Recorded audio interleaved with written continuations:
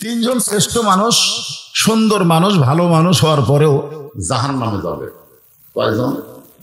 তিনজন ভালো মানুষ, কিন্তু সুন্দর সুন্দর আমল করছে, তারপরেও জাহান্নামে যাবে। তার মধ্যে এক নম্বর হলো নবীর চাচা আবু তালেব। শিশুকালে মইরা গেছে মা, গর্ভে থাকতে মরছে পিতা, নবী চোখে দেখলেন না। কে করিবে লালন পালন, কে দিবে সান্ত্বনা, এই দুনিয়ার বড় এতিম নবী ছিলেন একজনা। যিনি নবীকে লালন পালন করছেন, আপনারা বলেন তো, নবীর বাবা মায়ের গর্ভে থাকতে মারা গেছে, সেই বাবার দায়িত্ব যিনি পালন করেছেন তিনিও জাহান্নামে হবেন।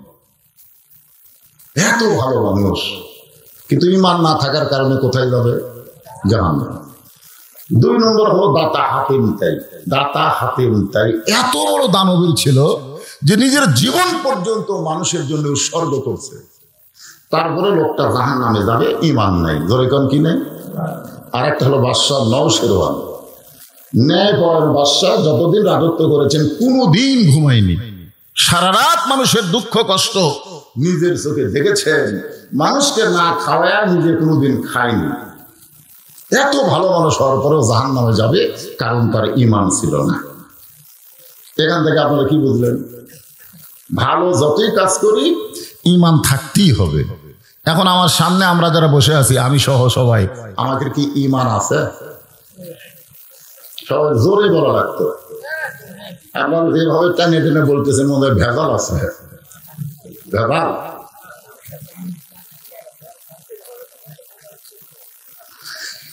এখানে তিনটা বিষয় আছে ঈমানের ব্যাপারে। এক নম্বর হলো ইকরার বিল লিসান, জবানে বলতে হবে লা ইলাহা ইল্লাল্লাহ।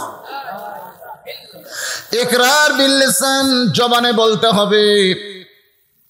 দুই নম্বর হলো তাসদিক বিল জানান, শুধু মুখে বললে হবে না, আপনার দেহের মধ্যে সবচাইতে দামি জায়গা কলিজার মধ্যে এইটাকে সেট করা লাগবে। বলতে হবে জীবন দেব, কিন্তু ঈমান দেব না। কলিজার মধ্যে যখন ঈমান সেট হবে, তখন আমরা কি বলবো? কথা কয় না, জীবন দেব কিন্তু ঈমান দেব। বর্তমানে আমাদের অবস্থা কি? বাতিলের সঙ্গে আপোষ করে আমরা বেঁচে আছি। এখন কথা ঠিক কিনা? আমরা কিন্তু এমন ইমানদার, আমরা আল্লাহর দিকে খেয়াল করি না, আমরা খেয়াল করি বর্তমান সরকার, খেয়াল করি পুলিশ, র্যাব। কিখন খেয়াল করি কি করি না? আমি ওয়াজ করার সময় খেয়াল করতেছি বর্তমান সরকার যেন বেজার না হয়। আমি খেয়াল করতেছি ওয়াজ করে এখান থেকে যেন বাড়ির যাবার পারি। কিন্তু আমার ঈমান যদি কলিজার মধ্যে থাকতো, সরকারকে আমি খেয়াল করতো না, আল্লাহর খেয়ালে ওয়াজ করতাম, পুলিশরা ধরার চিন্তা করতাম না, আজরাইল ধরার চিন্তা করতাম। ধরে কোন কথা ঠিক না? এখন আপনারা বলেন, আমাকে এই কলিজার মধ্যে ঈমান আছে, খালি মুখত আছে। এ বাবা মুরব্বি, এই যে বাজান শোনেন, আমাকে ঈমানটা কি খালি মুখে থাকলে হবে, না ভিতরে সেট করা লাগবে? তিন নম্বর বিষয় হলো আমল বিল আরকান, আমলের মাধ্যমে প্রকাশ করতে হবে। আমি যে ঈমানদার, আমার আমলের মাধ্যমে সেইটা প্রকাশ করা লাগবে। আপনাদের কাছে আমার প্রশ্ন হলো, ঈমান গ্রহণ করার পরে এক নম্বর আমলের নাম কি? না, ঈমানের পরে যে আমল বিল আরকান ওয়া আমিলুস সলিহা, সূরা আসরের 2 নম্বর পয়েন্ট, নেক আমল। ঈমান গ্রহণ করার পরে এক নম্বর আমলের নাম কি? আরে নেক আমলের মধ্যে এক নম্বরের নাম কি? সবাই জোরে করেন না, আরো জোরে, জোরসে বলুন। জোর হলো না, আরো জোরে। এই যেখানকার কয় ছেলে সেই জোরে কছে। কে বাবা মাগরিব এশার নামাজ পড়ছেন? আপনাদের কি মনে হচ্ছে কেমন নামাজ ফরজ হয়নি? কখন নামাজ ফরজ হয়? কখন? 60 বছর থেকে নামাজের তালিম দেওয়া লাগবে। 10 বছর থেকে জোর করে তাকে নামাজ ধরাতে হবে। মাগরিবের নামাজ বাদ দিয়ে যারা আওয়াজ শুনতেছেন, ফজরের আগে যদি আপনি মারা যান, আপনার যত ঈমান মজবুত হোক না কেন, আপনি জান্নাতে যাওয়ার পারবেন? যদিও যান, ফিরে আসা লাগবে। আল্লাহ হয়তো দয়া করে সবাইকে বলবে, যাও সবাই জান্নাতে যাও। যেই বলবে সবাই জান্নাতে যাও, আমরা তো সেই দৌড়। জান্নাতের দরজার কাছে যাই দেখবো হিয়া বড় একটা তালা। দরজা কি দিয়ে? তালা আটকান। আল্লাহ বলতেছে জান্নাতে যাও। তো আমরা যারা নামাজ পড়েছি তারা জান্নাতের ওই তালার কাছে চাবি ঢুকাবো, কিন্তু যারা নামাজ পড়েনি ওরা খালি বলবো আল্লাহ আমাকে তো চাবি নেই। তো চাবি নাই কেন? আল্লাহ রাসূল বলেছে আসসালাতু মিফতাহুল জান্নাহ, নামাজ হচ্ছে বেহেশতের চাবি। আমরা তো নামাজ পড়িনি, তাহলে পায়েও ফিরে যা। আবার ওই যাকে চাবি আছে তারা কতগুলো চাবি ঢুকাবি বুঝবেন, কিন্তু ঘুরবি না। এরকম ঢুকলো ঘরে না, ঘরে না, তো না ঘুরলে তো তালা খুলবি না। তো কয় আল্লাহ আমাকে চাবি ঢুকছে কিন্তু ঘোরে না। আল্লাহ কয় দেখ তো 5টা দাগ আছে, চাবির মধ্যে 5টা দাগ আছে। তখন দেখবে না রে আমাকে চাবির তো দাগ নাই। তোরা খালি দুম্বা মারছো, তারা খালি দুম্বা মারছো। খালি যারা জুমার নামাজ পড়েছে 5 ওয়াক্ত পড়েনি, এরাও জান্নাতের দরজার যে ফেরত আসা লাগবে, এরাও ঢুকতে পারবি না। কিন্তু যারা 5 ওয়াক্ত নামাজ ধরেছে, এদের চাবির মধ্যে 5টা দাগ থাকে, খালি দুইটা এর একটা শব্দ কট্টস করে শব্দ প্রাক করে খুলে দিবে। খুশি না বেজার?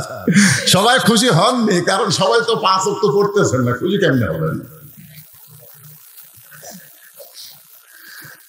তারপরে ঈমানের পরে 1 নম্বর আমল, নেক আমলের মধ্যে 1 নম্বর আমল হলো নামাজ। জোরে বলেন নাম কি? আল্লাহ রাসূল বলেছেন লা সালাতা লা ঈমানা, যার নামাজ নাই তার ঈমান নাই। যার নামাজ নাই তার কি নাই? আল্লাহ রাসূল বলেছেন বাইনাল আবদি ওয়াল কুফরি তারকুস সালাত, বান্দার কাফের মধ্যে পৃথক করার জিনিস তার নামই হলো নামাজ।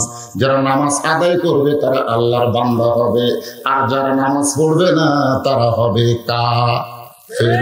এটা কি আমার কথা না রাসূলের কথা? আমি যেই বলবো বেনামাজি, আপনারা বলবেন কাফের। বলতে পারবেন না ভাই? বেনামাজি, বেনামাজি। এখন মাগরিব এশা যারা পড়েননি এরা কি? আরো জোরে জোরসে বলুন। আগেবার যেভাবে বললেন এখন আর জোর সেরকম জোরে হচ্ছে না, কারণ এখানে অনেক আছে মাগরিব এশা পড়েনি।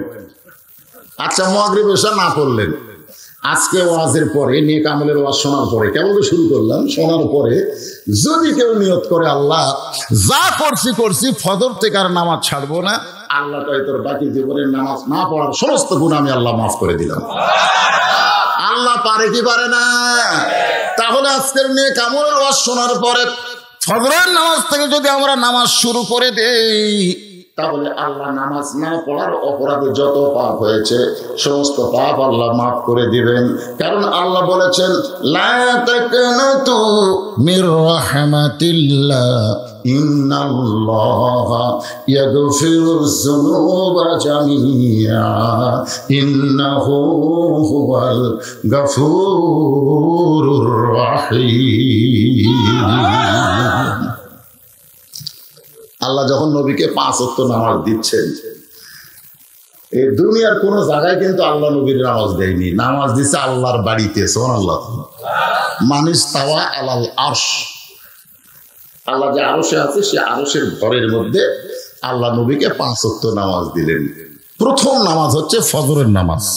যেরকম কোন নামাজ?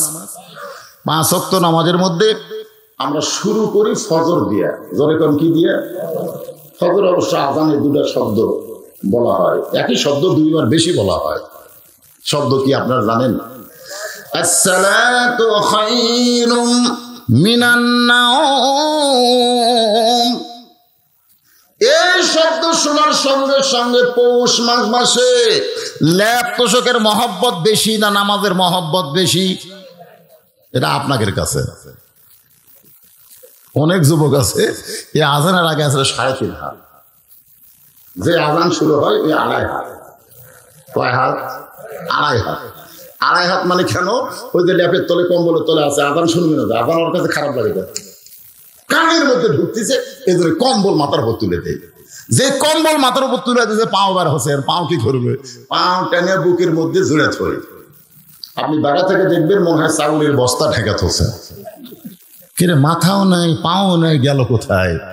কম্বল টানতে দেখেন কম্বলের তলে ওর সাইজ আর সকালবেলা সাইড থেকে কুত্তের সাইজ একই সাইজ।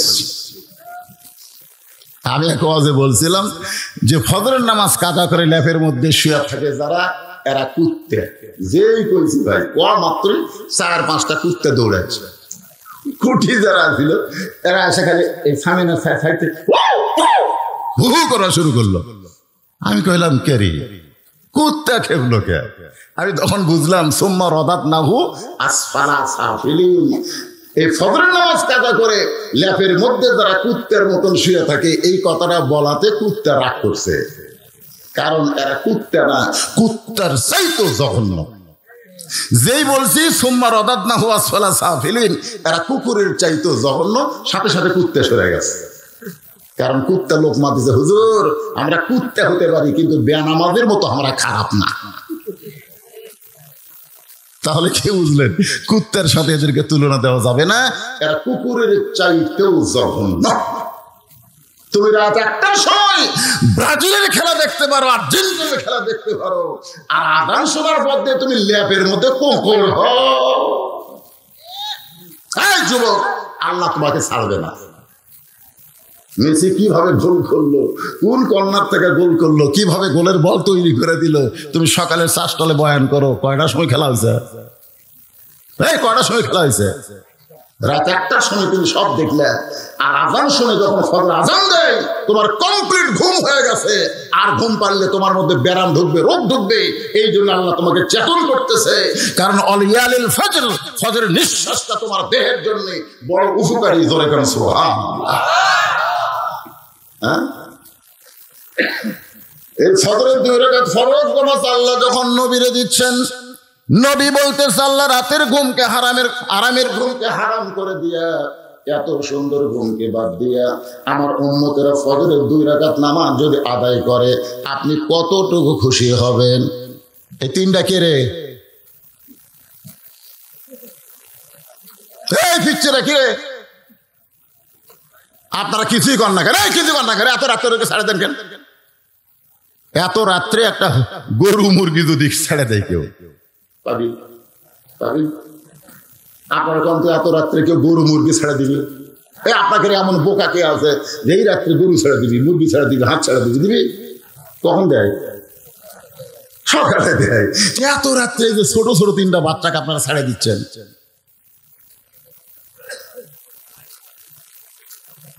কি এখানে বুঝুক না বুঝুক বসে থাক, রহমতের ফেরেশতারা রহমত বর্ষণ করতেছে, ওদের উপরে রহমত বর্ষণ করে ওরা হেদায়েত পেয়ে যাবে। বসে আছে, সবাইকে বোঝা লাগবে না তো, বসে থাক, ঘুম পাড়ুক, অসুবিধা নেই। কিন্তু এত রাত্রে ছেড়ে দিন না বাবা, ছোট ছোট বাচ্চাদের বসে রাখছে। আল্লাহ বলে, হাবিব আপনার আদির পিতা আদম আলাইহিস সালাম তওবা কবুলের পরে যখন কাবা ঘর ছিল না, তবে কাবা ঘরের জায়গার ভিতরে এক নিয়তে 2 রাকাত নামাজ আদায় করেছে। ওই 2 রাকাত নামাজ আমি আল্লাহর কাছে এত ভালো লাগলো, আপনার উম্মতের জন্য আদমের সেই 2 রাকাত ফজরের ফরজ হিসেবে দিয়ে দিলাম।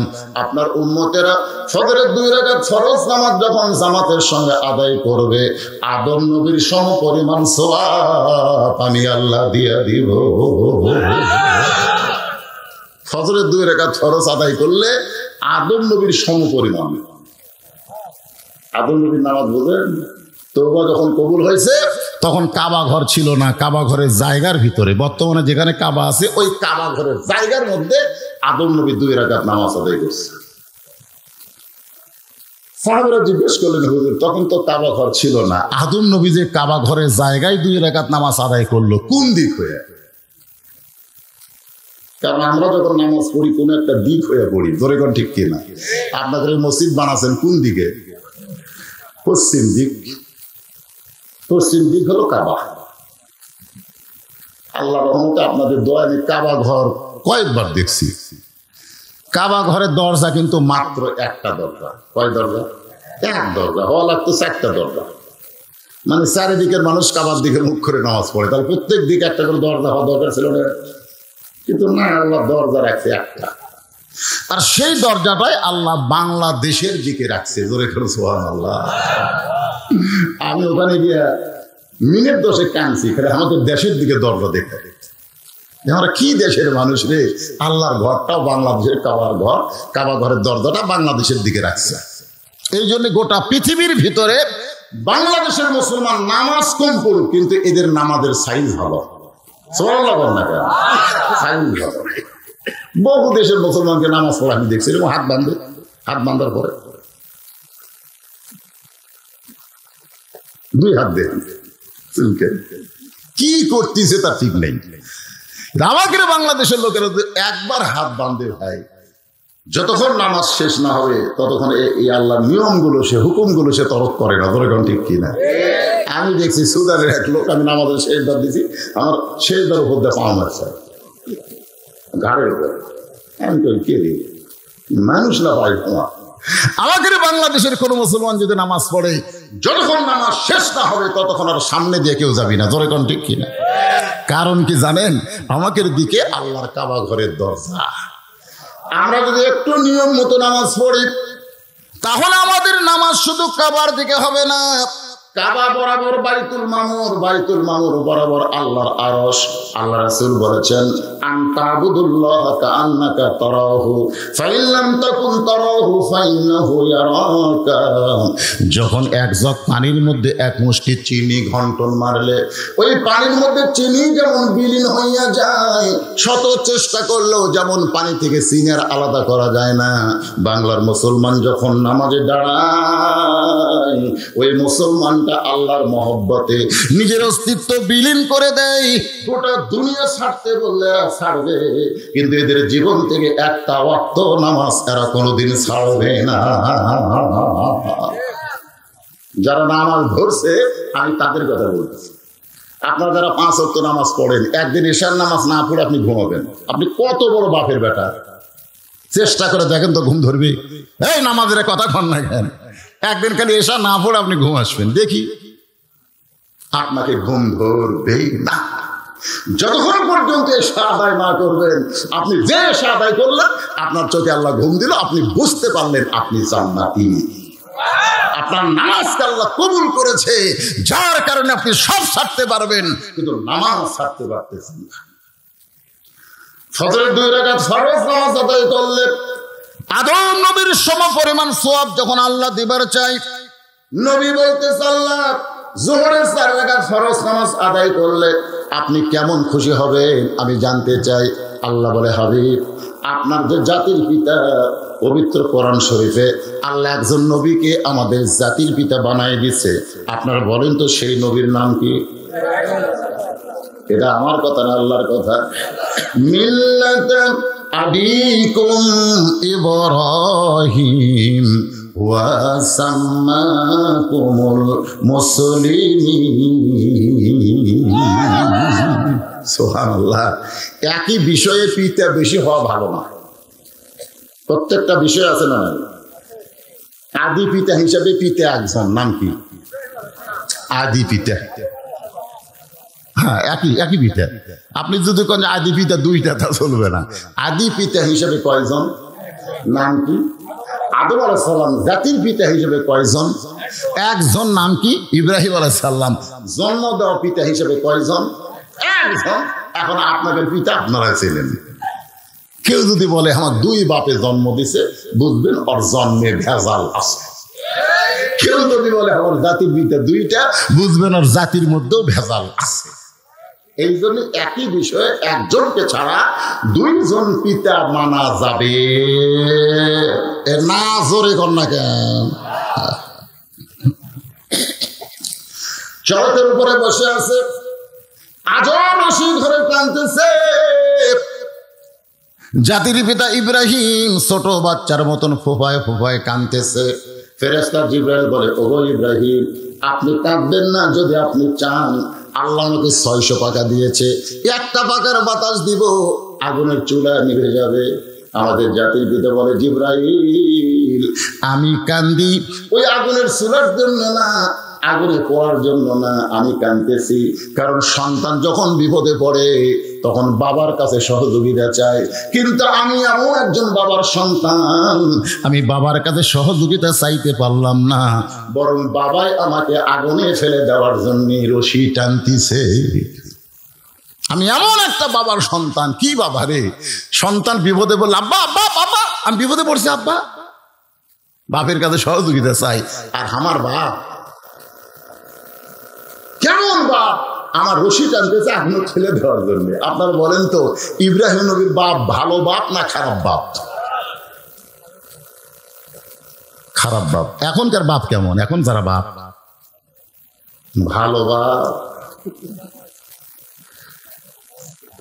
আপনার ছেলে সারাদিন আড়িয়া গরুর মতন ঘুরতেছে, সারাদিন আড়িয়া গরু, বোঝেন না? আড়িয়া গরু, আরে গরুর দড়ি ছেড়ে দিলে ওই গরুর কোনো ব্রেক আছে? এ কথা কর না, ব্রেক আছে? আমার এলাকার আড়িয়া গরু খালি দড়ি ছেড়ে। একজনকে বলতে, ভাই এই হারে দড়ি তো আর কিনা বাইরা, খালি দড়ি ছেড়ে রে, কি করি?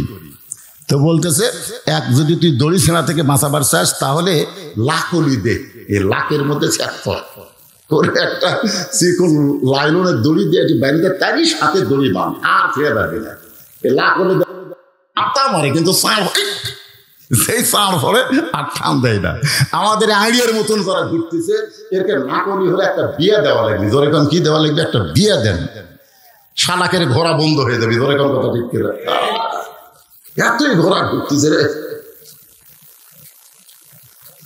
আপনি বলেন, যার সন্তান আইয়া গরুর মতন ঘোরে, সারাদিন 3 টাচ মোবাইল নিয়ে কি জানো করে, পাবজি খেলে, ফ্রি ফায়ার খেলে, আর বাবা কিছুই কয় না, ওই বাবা আজরের চাইতেও বেশি খারাপ। কারণ আজর তার সন্তানকে নমরুদের চুলার মধ্যে ফেলে দেবার চায়, আর বর্তমানের বাবারা তার সন্তানকে জাহান্নামের আগুনে পুড়াবার চায়।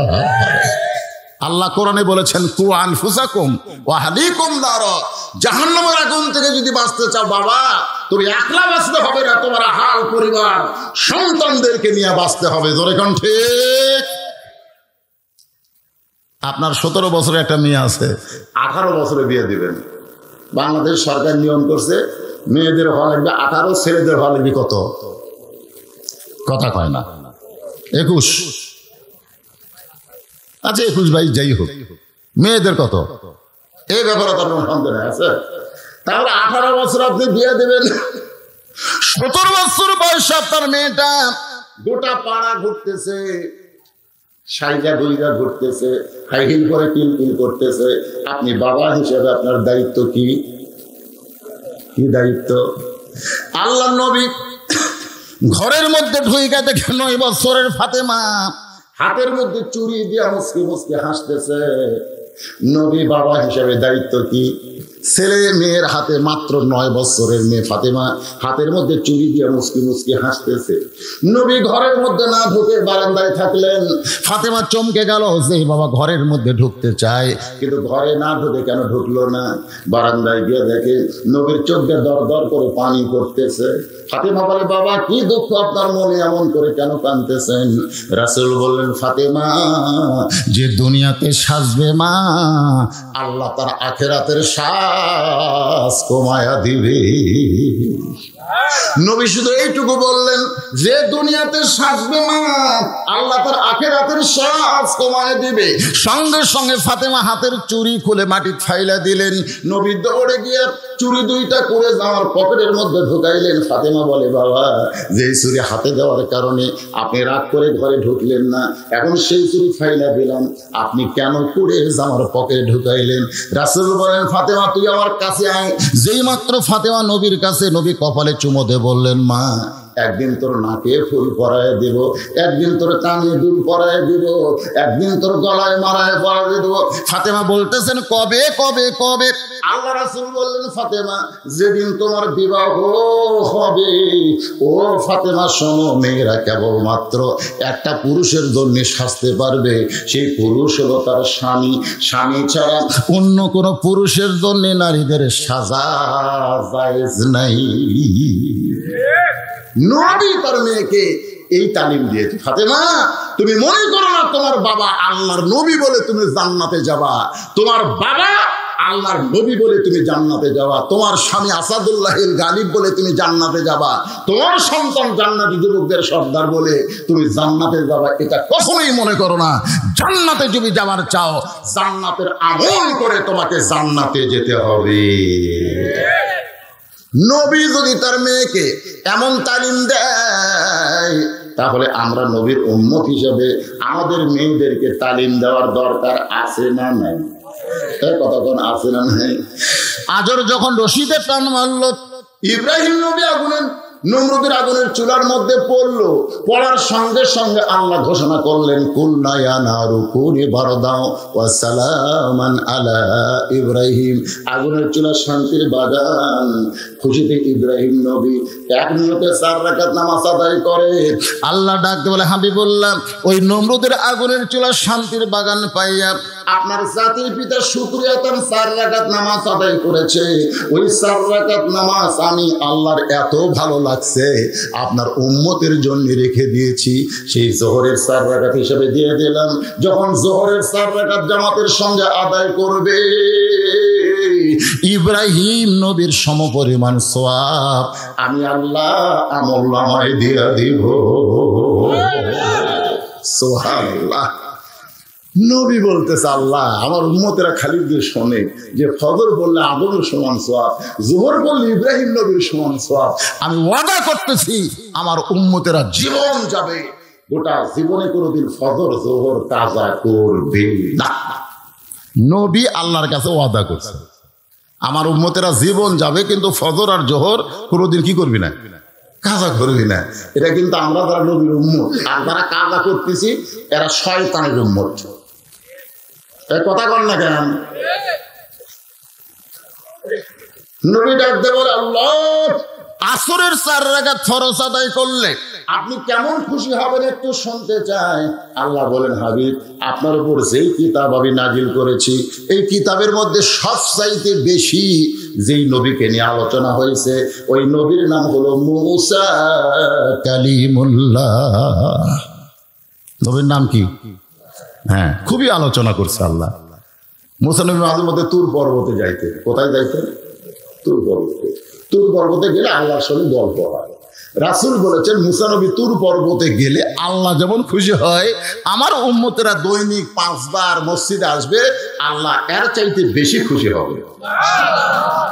আপনারা তুর পর্বতে যাওয়ার পারবেন, কিন্তু এর চাইতে বেশি দামি জায়গা হলো আল্লাহর ঘর মসজিদ। কয়বার? দৈনিক 5 বার। আমরা কার সঙ্গে দেখা করবার যাই? কার সঙ্গে কথা বলি? যখন ইমাম সাহেব সূরা ফাতিহা পড়ে, যখন ওটা জোরে নামাজের মধ্যে ইমাম সাহেব পড়তেছে, আমরা শুনতেছি, ঠিক কিনা বলেন? আস্তে নামাজে সবাই পড়ি, তাহলে আমরা কার সাথে কথা বলি? আল্লাহ। আপনি যখন বলেন আলহামদু, আল্লাহ বলে নিমানিল হাম। আমি যখন বলি লিল্লাহি, আল্লাহ বলে মা লিল্লাহ। মানে এভাবে বান্দার সাথে আল্লাহর কথা হয়। আমাদের কথা খেলে আল্লাহ শোনে, কিন্তু আল্লাহর কথা আমরা শুনবার পাই না। এত গান বাজনা শুনলে ওই কথা শোনা যায়?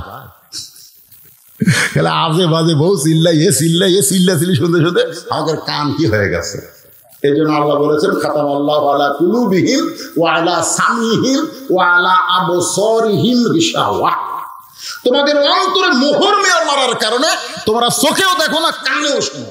মানে আমাদের এমন অবস্থা হয়েছে ভাই, আমরা খালি আজে বাজে শুনবার চাই, আল্লাহর কথা আমরা শুনতে পাই না। ধরে কারণ ঠিক।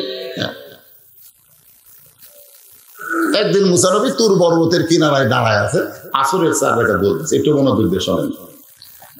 আল্লাহ ডাক দেওয়া, মুসা রে, হে মুসা, তোর খবর কি?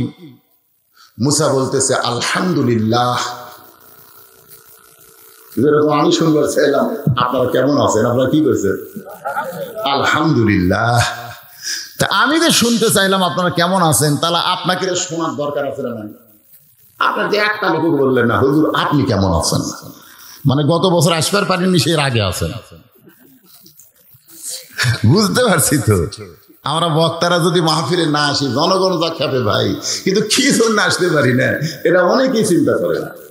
আসলে তো আমাদেরই লাভ রে পাগলা, আসলে আমাদের লাভ নেই। এই খাওয়া দাওয়া কি যাতা খাওয়া? খাসি গরু কত কি খাওয়াইছে। আবার ওয়াজের পরে পকেট ভরে টাকা দিবে না তো আমাদের আসবার পারি না, হাসপাতালে শুয়ে থেকে আমি নিয়ত করছি আগামী তার ওয়াজই করবো না।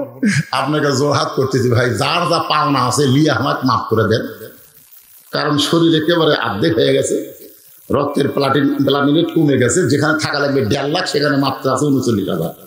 ডাক্তার বলেছে ওয়াজ করলে স্ট্রোক করে যে কোনো সময় পড়ে যাবেন, আপাতত ওয়াজ বাঁধতেন, বাদে দিছিলাম। গত বছর আসতে পারিনি, ওনার গাড়ি নিয়ে গেছে আমার ওখানে, যেভাবে পারেন যাওয়া লাগবে, ওয়াজ না করলে বসে থাকে।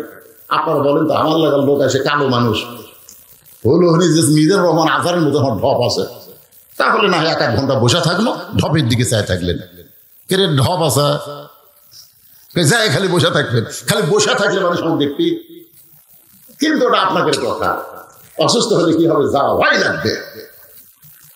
তা আমার মা আমাকে বলতেছে বাজান এই ব্যবসা বাদ দে, কারণ আমার মা চায়, আমি বাবার জানাজা করছি, বাবার জানাজা করতে আমি 8 ঘন্টা কাঁদছি। আমার মা চায় যে আমি মরে গেলে আমার জানাজাও যেন আমার বেটা করে, কিন্তু আমার যে অবস্থা, আমার মাও বিশ্বাসই করতেছে না যে আমি মায়ের জানাজা পড়ার পারবো।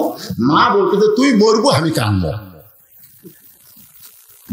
এই জন্য মা খালি আর পাও হাত দেয়নি, তবে 2 হাত ধরছে, ধরে বলতেছে আমার যা জমা জমি আছে সব তোর মাদ্রাসা দান করে দেবো, কারণ বাপের নামে আর মায়ের নামে মাদ্রাসা এতিমখানা করছি। মা বলতে তো আমার যা আছে সব দিব, তুই ওয়াজ বাদ দে। তা আপনাকে এই শের করে আর হয়তো জীবন আশা হবে না, আজকে শেষ আশা, জোড়হাত করে বলতেছি বাজান। সেই ছোট্টবেলা থেকে ওয়াজ করি, আপনারা কি দিয়েছেন আমি জীবনে দেখিনি। উপরে 100 টাকা, ভিতরে খালি 20 টাকা, মনে আছে আপনাকে? এইরকম মোটা করে দিচ্ছে। এই বিলের মধ্যে বহু ওয়াজ করছি, বাড়ির যা গুনে দেখি 350, 350 হয়, আপনারা 350 টাকা দিচ্ছেন। হুন্ডা ধরে যাচ্ছি, হুন্ডা মাঝে মধ্যে বন্ধ হয়, তেল নাই, বন্ধ হয়ে গেছে, 1.5 মাইল ঠেলে লেগেছে তেল কেনার জন্য, ঠেলে তেল তুলে আবার চালু হয় না, আবার 2 লোকের ঠেলে ভাই, সে ভাঙ্গা ছিল হুন্ডা নিয়ে ওয়াজ করছি 350 টাকা দিয়ে। 17 বছর আমাকে মারছেন আপনারা, 17 বছর কি টাকা দিয়েছেন আমি দেখিনি।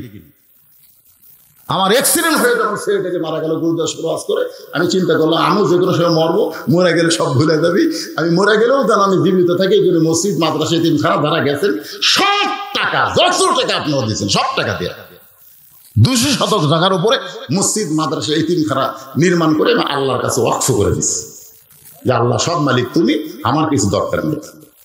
আমি দিয়েছি ভাই, অসুস্থ হলে আসতে পারি না, আপনারা যা তাই করেন, আমি ওয়াজ করে ব্যবসা করি না, ওয়াজ করেন আল্লাহ রাস্তায় খরচ করি। দোয়া করেন, দোয়া করেন ইমানের সাথে, ইজ্জতের সাথে, সম্মান নিয়ে আমি যেন দুনিয়া থেকে বিদায় হতে পারি। কি দোয়া করার দরকার আছে না? নাই, দরকার আছে। আপনাদের উচিত ছিল যে এই অসুস্থ মানুষ ওয়াজ করে রাইছে, আমরা একটু বলি হুজুর আপনি কেমন আছেন, একটা লোকও বললেন না। না মাইক লয়, এমনি তো বললে আমি শুনবার পাই। তো মুসা নবীকে আল্লাহ বলতেছে, মুসা রে তোমার খবর কি? মুসা বলতেছে আলহামদুলিল্লাহ। মুসা বলতেছে আল্লাহ যখন আমার খবর চাইছে, তাহলে আমারও তো উচিত আল্লাহর খবর চাওয়া। তো মুসা বলতেছে আল্লাহ আপনার খবর কি? আল্লাহ বলতেছে মুসা আমার খবর যদি জানবার চাও, ইযহাব ইলা ফিরাউন ইন্নাহু তাগা, আমি আল্লাহ কেমন আছি যদি জানবার চাও তাহলে ফেরাউনের কাছে যাও। কার কাছে যাও? ফেরাউনের কাছে যাও। তো মুসা নবী ফেরাউনের কাছে গেছে আল্লাহ কেমন আছে জানার জন্য। তো ফেরাউনের কাছে গিয়ে মুসা নবী দেখতেছে ফেরাউন একটা চেয়ারে বসে জিকির করতেছে। জিকির কি জিকির? আমার দয়াল বাবার দরবারেতে কেউ ফিরে না খালি হাতে। আপনার বলেন তো এটা কার জিকির? এ কথা কন না, এটা কার জিকির? এটা আল্লাহর জিকির।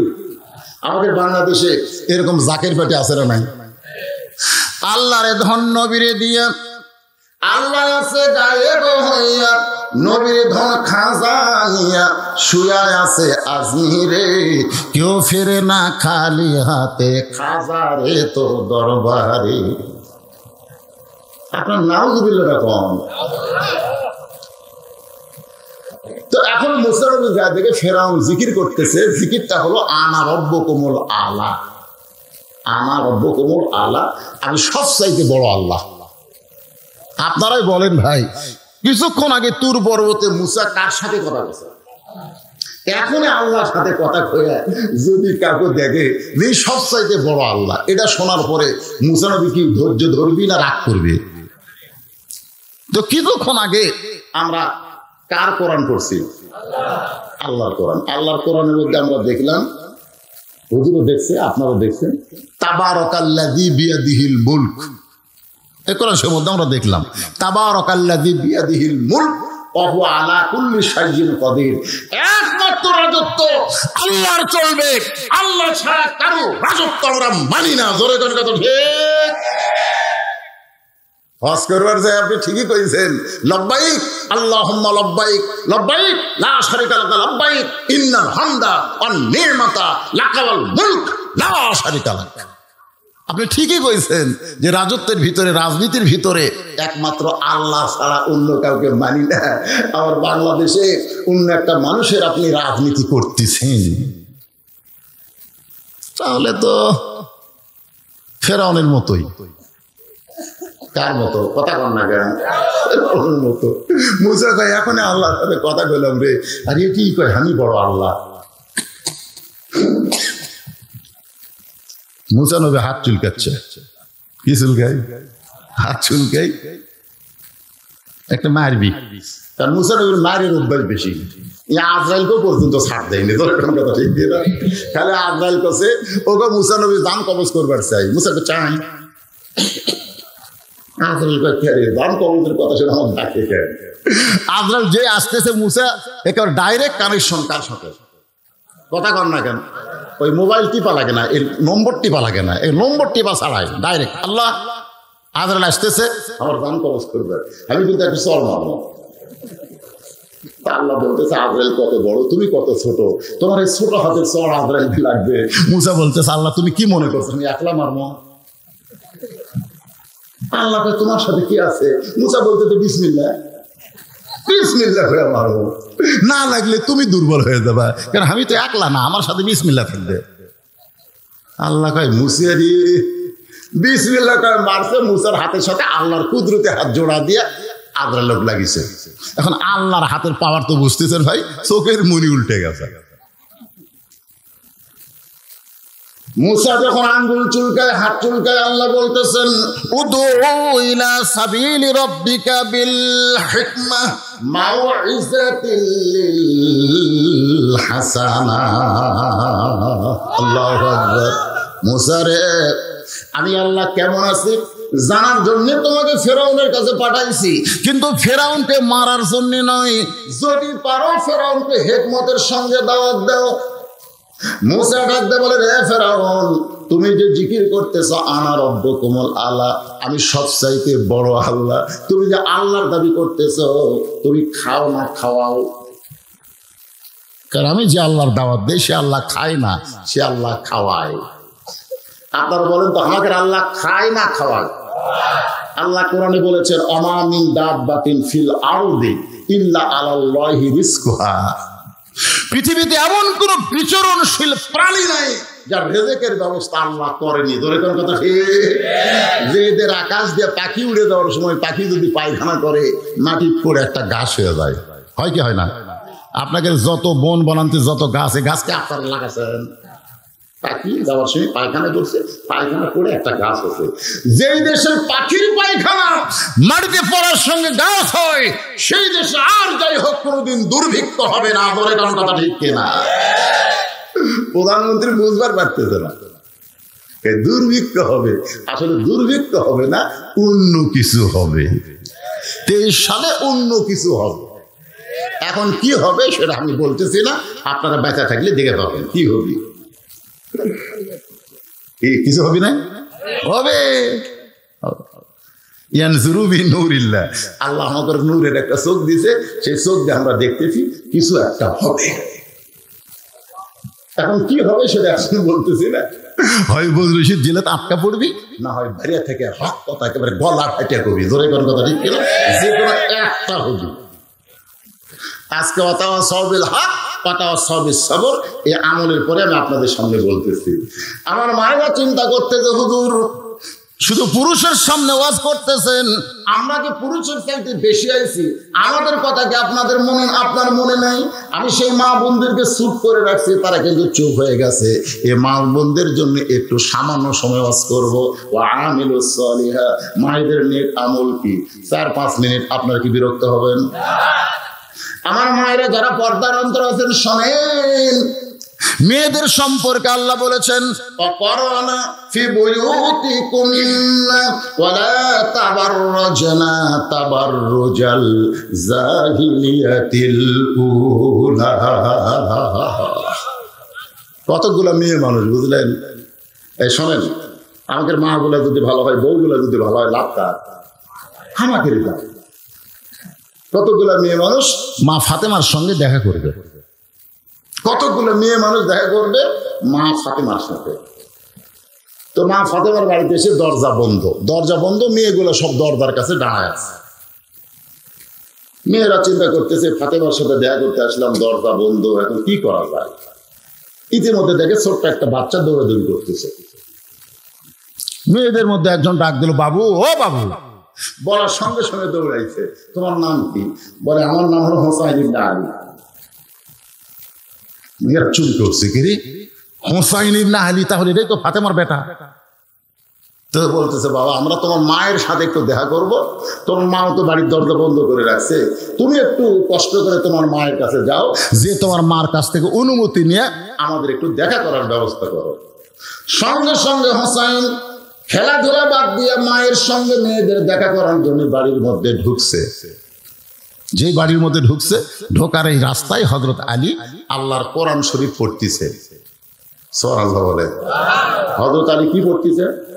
আল্লাহর কোরআন শরীফ হযরত আলী পড়তেছে। ইন্নামাল মুমিনুনা আল্লাযীনা ইযা যুকিরাল্লাহু ওয়াজিলাত কুলুবুহুম ওয়া ইযা তুলিয়াত আলাইহিম আয়াতুহু যাদাতুহুম ঈমানাও ওয়া আলা রাব্বিহিম ইয়াতাওয়াক্কালুন।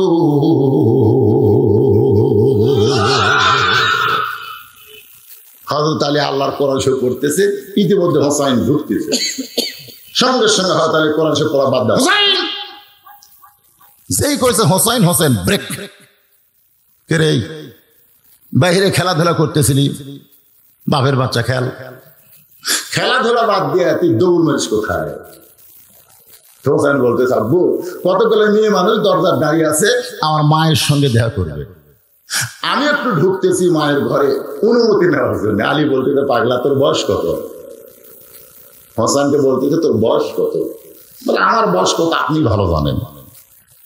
আলী বলতেছে, এই জন্যই তো ব্রেক করাইছি, কারণ তোর যে বয়স হয়েছে এই বয়সে তুই মায়ের ঘরে ঢুকতে গেলে তোর মায়ের অনুমতি লাগবে। খালি মেয়েরা তোর মায়ের সঙ্গে দেখা করতে গেলে অনুমতি লাগবে না, তুই ঢুকতে গেলে অনুমতি লাগবে। কারণ তোমার মা এখন অন্দর মহলে আছে, অন্দর মহলে সবাই ঢুকতে পারে না, ঢুকতে গেলে অনুমতি লাগবে। তোমার বয়স হলো 4 বছর, 4 বছরের ছেলে মায়ের ঘরে ঢুকতে গেলে বলতে হবে, মা আমি হোসাইন একটু ঢুকবার চাই। মা যদি বলে 1 মিনিট পরে ঢোক, এখন ঢোকা যাবে না, কারণ এখন আমরা গায়ের মধ্যে কাপড় চোপড় ঠিক নাই। কারণ 4 বছর ছেলে যা দেখবে বুঝতে পারবে, এখন বুঝতে পারবে কি পারবে না। মা বলতেছে 1 মিনিট পরে ঢোক, তার মানে কি সাথে সাথে ঢোকা যাবে না। তুমি 4 বছরের ছেলে হয়েছে, এখন তোমার মায়ের ঘরে ঢুকতে তোমার মায়ের অনুমতি লাগবে। আবার বাবা যদি মেয়ের ঘরে ঢোকে, মেয়ে যদি বড় হয়, তাহলে যখন তখন বাবা মেয়ের ঘরে ঢুকতে পারবে না, ঢুকতে গেলে মেয়েরও অনুমতি লাগবে। ঠিক রাখান। আপনি 2 বছর মেয়েকে বুকে নেন, চাপে ধরেন, চুমা খান, অসুবিধা নেই। 4 বছর মেয়েকে আপনি বুকে নেন, চাপে ধরেন, চুমা খান। কিন্তু 7 বছর যখন হবে তখন আর চাপে ধরে পারবেন না, চুমা খাবার পারবেন। যখন 10 বছর হবে তখন আর মুখে চুমা খাবার পারবেন না, কপালে চুমা খাবেন, হাতে চুমা খাবেন। আপনার 12 বছর 15 বছর মেয়ে হলে আপনি কপালেও আর খেতে পারবেন না, হাতে চুমা খাবেন। আপনার মেয়ে হতে পারে, তাই বলে যখন তখন সব করা যাবে না। ধরে কণ্ঠে 2 বছর মেয়ে ঘরের মধ্যে ঢোকেন, কিন্তু মেয়ের বয়স যখন 10 বছর হচ্ছে আপনি ইচ্ছা মতো ঢুকতে পারবেন না। ঢুকতে গেলে মেয়েকে বলা লাগবে, মা আমি তোমার বাবা একটু ঘরে ঢুকতে পারছি। মেয়ে যদি বলে আব্বু একটু দেরি করে আসেন, আপনি দেরি করবেন, ব্রেক করবেন, খাড়া হবেন। আলী বলতেছেন, হোসাইন শুধু একজন মানুষ ঢুকতে অনুমতি লাগবে না, একজন মানুষ ঢুকতে অনুমতি লাগবে না, সেইটা হলো স্বামী। তার বইয়ের ঘরে ঢুকতে কোনো অনুমতি লাগবে না। তাহলে বাবা মেয়ের ঘরে ঢুকতে কি লাগবে? ছেলে মায়ের ঘরে ঢুকতে, কিন্তু স্বামী বইয়ের ঘরে ঢুকতে কথা কয় না কেন? কথা কয় না কেন? লাগবে, অনুমতি লাগবে। বস, ছেলেকে বসাইছে, বস আল্লাহর কোরআনের কাছে। হোসেনকে আল্লাহর কোরআনের কাছে বসতে দিয়ে, কারণ কোরআনের কাছে ছোট বাচ্চারা যদি বসে ওই বাচ্চারা ফেরেশতার চাইতেও ভালো হয়ে যায়। বসার পারছেন আপনার বাচ্চাদেরকে কোরআনের কাছে? কারণ এই কোরআনের কাছে বসবার গেলে শর্ত হলো লা ইয়ামাসসুহু ইল্লাল মুতাহহারুন। ততক্ষণ পর্যন্ত স্পর্শ করতে পারবি না যতক্ষণ পর্যন্ত পেশাব পায়খানা উযু গোসল ঠিক না হবে। ধরে কোন কথা ঠিক? হোসেনকে আল্লাহর কোরআনের কাছে বসতে দিয়ে এবার হযরত আলী ফাতেমার ঘরে ঢুকতেছে। রে মায়েরা বোনেরা, যারা পর্দার অন্তরালে একটু মনোযোগ দিয়ে শোনেন। হযরত আলী ফাতেমার ঘরের মধ্যে ঢুইকা দেখতে পায় ফাতেমা বাম হাতে জাতা ঘুরাই আর ডান হাতে আল্লাহর কোরআন তেলাওয়াত করে। হযরত আলী অন্তরমহলে ঢুকে দেখতেছে ফাতেমা এই বাম হাতে কি ঘুরাচ্ছে? জাতা, বোঝেন? জাতার মধ্যে গম দিছে, জব দিছে, এইটা ঘুরাই ঘুরাই আটা করতেছে। কি হলো তোরকে? কি এর কি হতে রে? চোখ ধরছে কেন? আশ্চর্য, এলে সিজার করা রে। আসলে সিজার করা বলেন না, আমাদেরও কিন্তু টানে বার করতে ঠেলা পাচ্ছে। আমার দাদি বলতে, ভাই তোর টানে বার করতে গেলে তোর মাথা লম্বা হয়ে গেল, মানে বাড়াই না, সব বাড়াচ্ছে, মাথা বাড়ায় না। মাথা এরকম লম্বা হয়ে গেছিল, পরে বাইরে করে থাবড়িয়া থাবড়িয়া থাবড়িয়া মাথা গোল করছে। আর এলা তো থাবড়ার লাগে রে, খালি পেট কাটিছে, বার করার সময় একজন আছে, এত না ছিল না, গমের মধ্যে ছিল। মানে আরো 2 দিন পরে বাচ্চা হবে। ডাক্তার কষায় টাকা খাওয়ার জন্য আগেই পেট কাটো, কষ্ট করার কি দরকার? এই সিজার করা গুলা কোরআনের মাহফিলে বসে থাকতে পারবি না তো। আমি যে কথাগুলো বলতেছি ওয়াল আসরে বর্তমান সময়ের জন্য দরকার আছে না নাই? দরকার আছে না নাই? প্রত্যেকটা কথা গুরুত্বপূর্ণ। দরজায় গিয়ে হযরত আলী দেখতে পায় ফাতেমা বাম হাতে জাতা ঘুরাই। জোরে কারণ বাম হাতে কি ঘুরাই? জবের আটা, গমের আটা ঘুরাইতেছে জাতার ভিতরে, আর ডান হাতে আল্লাহর কোরআন তেলাওয়াত করতেছে। কোরআনের কয়েকটা আয়াত হাতের মধ্যে নিয়ে ফাতেমা তেলাওয়াত করতেছে। এই দৃশ্য দেখার সঙ্গে সঙ্গে হযরত আলী রব্বানা, সবাই বলেন রব্বানা আতিনা ফিদ দুনিয়া হাসানাতাও ওয়া ফিল আখিরাতি হাসানা ওয়া কিনা আযাবান নার। আল্লাহ, আলী বলতেছে আল্লাহ তুমি আমাকে কি দিছো? আল্লাহ তুমি কি দিছো? আমি ঘরের দরজায় ঢুকে দেখতেছি আমার ভাঙ্গা ঘর আল্লাহর জান্নাত হয়ে গেছে। সুবহানাল্লাহ, জোরে বল। আমি দুনিয়াতে সম্পদ পাইনি, আমি দুনিয়াতে কিছুই পাইনি, আমার মতন গরিব কেউ নাই, কিন্তু তুমি আল্লাহ এমন একটা বউ দিছো। দরজার ঢুকে আমার কলিজা শান্তি রে।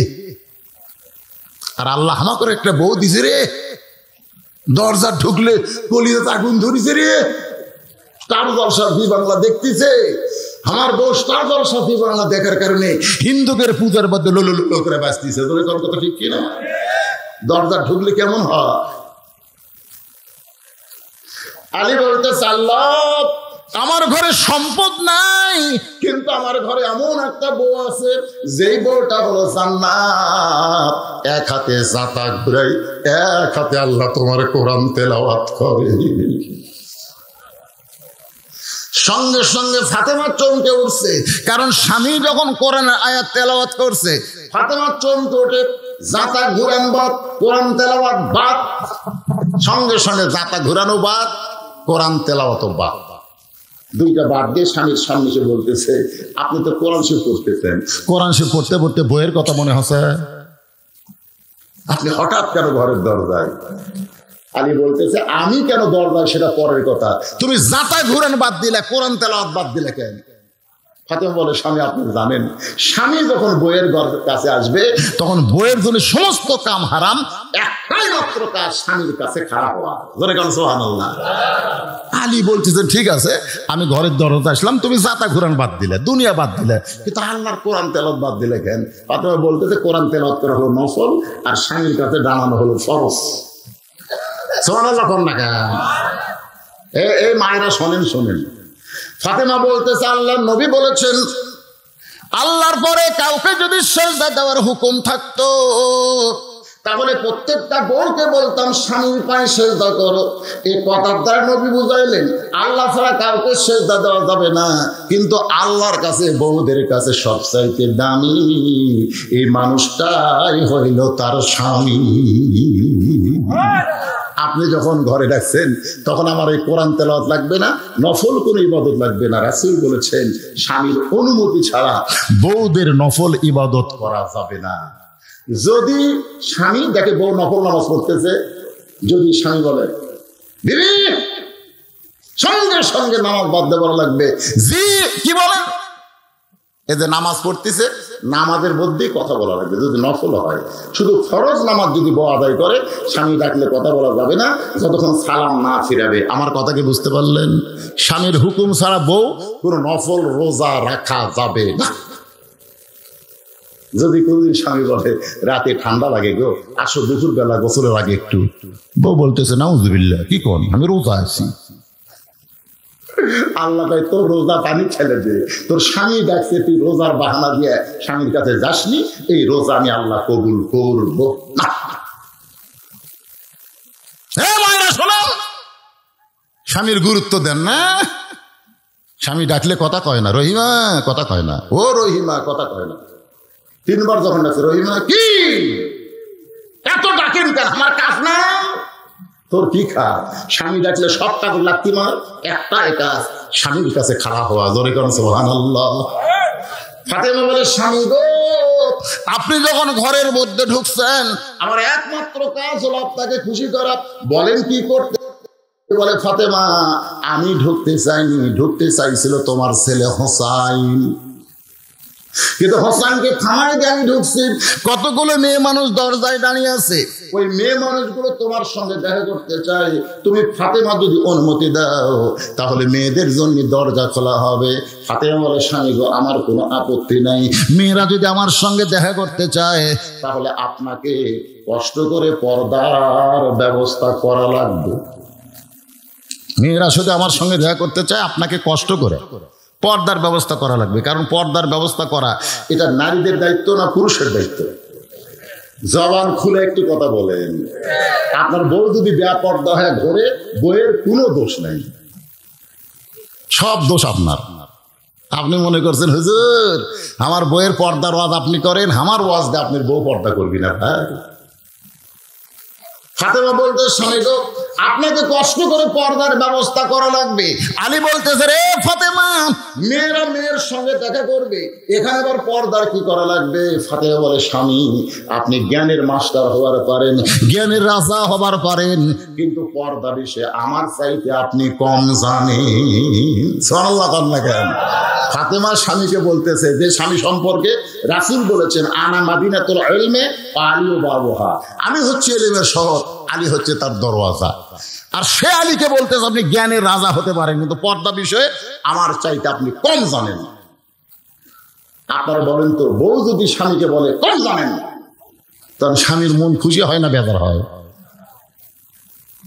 কথা কয় না, কারণ প্রত্যেকটা স্বামী চায় যে বউয়ের চাইতে আমি বেশি জানি। আমার মায়েরা যারা পর্দার অন্তরে ওয়ামিলুস সলিহাত, নেক আমলের মধ্যে আপনাদের পর্দার কথা আছে, স্বামীর খেদমতের কথা আছে। এই কথাগুলো আমি আপনাদের বোঝানোর জন্য বলতেছি। মা একটু মনোযোগ দিয়ে শোনেন। মুসা নবী বলতেছে, ফেরাউন রে তুই যে আল্লাহর জিকির করতেছিস, তুই যে জিকির করতেছিস আর সেই জিকিরের মধ্যে বলতেছিস আনা রব্বুকুমুল আলা, আমি সবচাইতে বড় আল্লাহ, তুই খাস না খাওয়াস? তুই কি খাস না খাওয়াস? আমি যে আল্লাহর গোলামি করি, যে আল্লাহর তাবলিগ করি, যে আল্লাহর জিকির করি, সে আল্লাহ খাওয়ায়, সে আল্লাহ কোনোদিন খায় না। তখন ফেরাউনের কাছে একজন প্রধানমন্ত্রী বসে আছে। ধরে কোন কি মন্ত্রী? আসরের 4 রাকাত নামাজ কিন্তু আপনাকে শোনাচ্ছি, কি বিরক্ত হচ্ছেন? প্রধানমন্ত্রীর নাম হলো হামান। ধরে কোন নাম কি? হামান সাহেবের থেকে বলতেছে আমার আল্লাহ খায় না, আমার আল্লাহ খায়, মানে আমারের আল্লাহ দে ফেরাউন। সেই জন্য হামান বলতেছে আমার আল্লাহ খায়। মুসা বলতে তুই তো ফেরাউনকে নষ্ট করলি রে। আজকে আমাদের বাংলাদেশে এরকম কিছু হামান মার্কা মন্ত্রী আছে যারা জীবনে চেয়ারম্যান হবার পারবি না, বিনা ভোটে এমপি মন্ত্রী হয়, এর কে যা মশানো হচ্ছে ভাই। জোরে কোন কথা ঠিক না, মুখে যা আসে তাই কয়। এক হামান মন্ত্রী গত পূজার মধ্যে বলছিল হিন্দু করো, তোমাদের ঠাকুরকে আমার কথা একটু বলো। মুসলমান মন্ত্রী হিন্দুদের বলতেছে তোমাকে ঠাকুরকে আমার কথা একটু বলো। শালা চাপাত দুটা মারা দরকার। প্রত্যেক নামাজের রাকাতে লা সালাতা ইল্লা বিফাতিহাতিল কিতাব, নামাজ হবে না সূরা ফাতিহা ছাড়া। আল্লাহ বলতেছে ইয়াকা না'বুদু ওয়া ইয়াকা নাস্তাইন, যা কিছু আছে আমার কাছে বল। জোরে কর কথা ঠিক কি না? আমি ছাড়া শোনার কে আছে রে? 3টা চৌকিদার আমাকে বললো হুজুর হিন্দুদের পূজা পওরা দিয়ে আমাকে লাভ আছে। হুজুর কি লাভ দেয়? হুজুর ওই তো খাবার দিয়ে দেয়, ওই শালা তো খাবার পারে না, আমরাই খাই। পায়েস দেয়, লাড়ু দেয়, ঘিয়ের লাড়ু দেয়, মুখের আগে দিয়ে যায়, ওগুলা তো গেলে ছায়া থাকে, আমরা সমানে খাই। আমি বললাম ভাই এবার কি দেখলে? হুজুর একটা মারাত্মক জিনিস দেখছি, আপনি বলা যাবে না। আমি বললাম কেন বলা যাবে না? আপনি তো বক্তা মানুষ, স্টেজে বলে দিবেন। আমি বললাম না রে ভাই বলবো না, কি দেখছিস? হুজুরগুলা খাইয়া তো আমরা মোটা হয়ে গেছি, ঘুম ধরে গেছে। হঠাৎ ঘুমোতে চেতন ভাই দিকে এ রাত 10 হাত ওরই সামনে খাবার আছে, এক কুত্তা খাচ্ছে, এক কুত্তা সমানে খাচ্ছে, ওইখানে চাই আছে হাত নিয়ে, 10টা হাত নিয়ে চাই আছে। কুত্তা খেতে পারে না, কিন্তু পরে কুত্তা আমরা খেতে দিল, ওরা আসা গেছে। শালা নমস্কার করিস, ওই কুত্তা খেতে আমরা পারে না রে।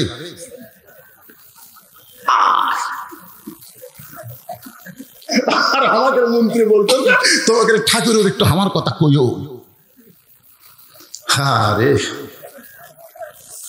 আরে কলজা চলতেছে, আল্লাহ পরিবর্তন করে দিলে কিছু একটা হবি। জোরে কথা ঠিক না? এখন পারতিস না, খালি অ্যাঙ্গেলে মেরে যাচ্ছি ভাই। আল্লাহর বান্দার একটু মনোযোগ দা কথাগুলো শোনেন। আসরের 4 রাকাত ফরজ নামাজ কেমনে পাইলাম? নামাজটা পড়লে আমাদের লাভটা কি? এরপরে মাগরিব, এরপরে এশা। কারণ মসজিদের কারণে মাহফিল, সেই মসজিদের মধ্যে নামাজ হবে। আর নামাজ নিয়ে গুরুত্বপূর্ণ আলোচনার দরকার আছে না নাই? যদি রাগ করেন, কারণ ঘড়ির দিকে তাকিয়ে দেখেন 11:30 বাজে, রাগ করতেছেন, মন খারাপ করতেছেন। অসুস্থ মানুষের জীবনের শেষ ওয়াজ, আর হয়তো আপনাদের সামনে আসতে পারবো না, এই নিয়তে ওয়াজ করতেছি ভাই। যে ওটা বসা করবেন না, ওটা বসা করলে আমার মনের মধ্যে কষ্ট হবে। আমি এত অসুস্থ নিয়েছে, গোটা শরীর আমার ঘা, গোটা শরীর প্যারালাইসিস হয়ে গেছে, আমার শরীরে ঘা হয়ে গেছে। ওয়াজ করা খুবই কষ্ট, তারপরে করতেছি। আপনার যদি ওটা বসা করেন, একজনে ওঠেন না এখনো, যদি ওটা বসা করেন তাহলে আমার খুবই কষ্ট হবে। উঠবেন, আচ্ছা ঘুমাবেন, ঘরে কারণে ঘরে কারে বসো বসো বাবা, আসরের ওয়াজ হচ্ছে রে, আসরের। ওয়াল আসরি ইন্নাল ইনসানা লাফি খুসর ইল্লাল্লাযীনা আমানু ওয়া আমিলুস সলিহাতি ওয়া তাওয়াসাউ বিল হক ওয়া তাওয়াসাউ বিস সাবর। সূরা আসর। এখন যে নামাজের ওয়াজ হচ্ছে, নামাজের নাম কি? হামান বলতেছে আমার আল্লাহ খায়। মুসা বলতেছে হামান রে, তোর জন্যই তুই নষ্ট হতো। যে আল্লাহ খায়, খাওয়ার মধ্যে যদি কম বেশি হয় খেলা আছে। আমাকে ডাক্তার বলছে আপনার এত রোগ হওয়ার কারণ হলো খাওয়ার মধ্যে কম বেশি। আপনার ডায়াবেটিস আছে, আপনি জানেন না? জানি তো। মুখের দই দিলা খান কেন, গরুর গোস্ত দিলে খান কেন? খালি শাক খাবেন, ডাল ঘাটি খাবেন, এটা খাবেন, ওরা খাবেন, মাটির তলকার জিনিস খাবেন না, ওপরে জিনিস খাবেন। আমি কই ভাই যেগুলা খাওয়া নিষেধ করতেছি এগুলাই খালি খাওয়ার মন চায়। এই জন্য আমাকে একজন গরুর গোস্ত দিচ্ছে আজকে। বলে ভাই দেখা চলবি, খাওয়া চলবি না। কারণ খাওয়ার মধ্যে কম বেশি করলে বিপদ আছে, যেরকম আছে না নাই। নিজের বাড়িতে 600 টাকা কেজি গোস্ত, 1 কেজি গোস্ত 4 কেজি আলু, বউ তরকারি পাক করে দিছে, ওই আলু দিয়ে 2 থালি খেয়ে বলতেছে আলুর মধ্যে কি স্বাদ রে। বউ কয় না, এত কষ্ট করে গোস্ত কিনে আনছে, 2 টুকরা খান। বগুনের বেটি, গোস্ত খাওয়া লাগবে না, ঠিক আছে। বউ জোর করে 1 টুকরা গোস্ত দিছে, ওই 1 টুকরা গোস্ত দিয়ে 8 গাছ ভাত খাবে, মানে কামড় দিয়ে গোস্ত থই ভাত খায়, কামড় দিয়ে গোস্ত থই ভাত খায়। 1 টুকরা গোস্ত 8 গাছ খাচ্ছে। পরের দিনেই লোকটা অন্য এক বাড়ির দাওয়াত পাচ্ছে, 4 কেজি গোস্তের মধ্যে 1 কেজি আলু। গোস্ত হলো 4 কেজি, আলু হলো 1 কেজি। আর সামনে যখন গোস্ত তরকারি দিয়েছে, ভুল করে একটা আলু আছে, সে আলু বম পেরে রেখে দিয়েছে। নিজের বাড়িতে আলু দিয়ে কয় থালি খাচ্ছেন, আর পরের বাড়িতে আলু একটা আছে, সবই গোস্ত, একটা আলু তুলে খাচ্ছে। বাড়িতে 1 গাছ গোস্ত 8 গাছ ভাত খায়, আর পরের বাড়িতে 1 গাছ ভাতের মধ্যে 4 পিস গোস্ত ঢুকে, ভাত খায় আর ভাত খায় না, খালি গোস্ত খায়, খালি গোস্ত খায়। কারণ জানি নিজে হলো কিনা গোস্ত, পরের বাড়ি ফিরে খাওয়া। এই ফিরে খাওয়া মানে টুটি পর্যন্ত খাচ্ছে। আল্লাহ রাসূল কইছে খাওয়ার সময় 3 ভাগ করো, 1 ভাগ খাদ্য, 1 ভাগ পানি, 1 ভাগ ছাঁকা। এই তরিকায় যদি খাও, তোমার কোনোদিন এই বুকের চাইতে পেট উঁচা হবে না। কিন্তু আমরা খাওয়ার বসে ইচ্ছা মতো খাই, এক সময় দেখা যাচ্ছে বুক এটি, পেট এটি, মনে হয় 10 মাসে পোয়াতি। জোরে কোন কথা ঠিক কিনা? কেন মরদ মানুষের পেটে বড় হবি খাই। তো এখন খাচ্ছে ভাই, সেই খাওয়া খাচ্ছে। এখন পেটের যে কল কবজা আছে 250 গ্রাম হজম করা পারে, কিন্তু ঢুকেছে 700 গ্রাম। তো কল কবজা বলতেছে আল্লাহ এমন গুদাম করছে, আমরা তো হজম করে পারতেছি না। আল্লাহ তো স্ট্রাইক কর, স্ট্রাইক কর। এই হজম করার যন্ত্র স্ট্রাইক করছে, গোস্ত পছন্দ হচ্ছে। এখন ওর মধ্যে ধুমা ঢেকুস মারতেছে। আশেপাশে লোকজন কয় কে রে, তোর ভেতর থেকে পচা পচা গন্ধ বাড়াই কে, মানে হজম হয়নি, পচে গেছে। তুই তো বাঁচবি না, তোর ধুমা ঢেকুস হয়, তাড়াতাড়ি ডাক্তারের কাছে। ডাক্তারের কাছে গেলে হজমি জারক জাইমেট, একজন ছেলে কাছে একসঙ্গে স্পিরিট আর টাইগার খান। স্পিরিট, টাইগার, 7 আপ, পেপসি সব খাওয়ার কারণে আপাতত যেগুলো পচে গেছিল এগুলো সব পানি হয়ে গেছে। এখন কি হয়ে গেছে? এখন পানি হয়ে গেলে কি হবি? তরকার জিনিস যে গিরে আছে, এই গিরে আলগা হচ্ছে।